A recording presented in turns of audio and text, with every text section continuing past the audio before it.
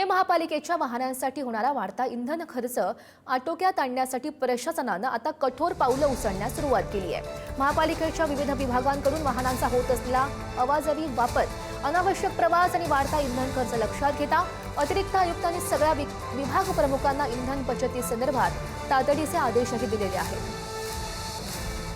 पंतप्रधान नरेंद्र मोदी यांनी देशाला इंधन बचतीचं आवाहन केलेलं आहे, कारण जागतिक परिस्थिती पाहता सध्या इंधनाचा तुटवडा आहे। त्यामुळे पुणे महानगरपालिकेने सुद्धा आपल्या अधिकाऱ्यांना खाजगी वाहनं न वापरता जास्तीत जास्त सार्वजनिक वाहनाचा वापर करण्याचे आदेश काढण्यात आलेले आहेत। पुणे महानगरपालिकेकडे सध्या एकूण 1400 वाहने आहेत, ज्याला 24 कोटी रुपये हा वार्षिक खर्च लागतो। डिझेलचा वापर जो आहे तो 25 लाख लिटर वर्षाला होतो आणि पेट्रोलचा वापर 1 लाख लिटर होतो।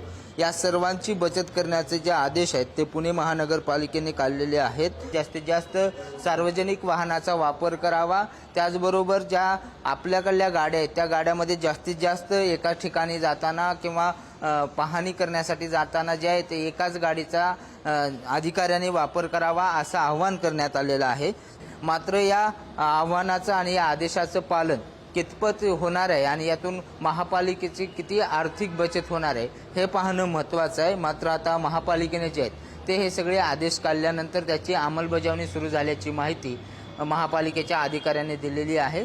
अशीच सगळ्यांनी बचत करून देशासाठी काम करावं असं आव्हान जे पंतप्रधानांनी केलेलं आहे, त्यांच्या आव्हानाला जो आहे तो महापालिकेने प्रतिसाद दिल्याचं पाहायला मिळतंय।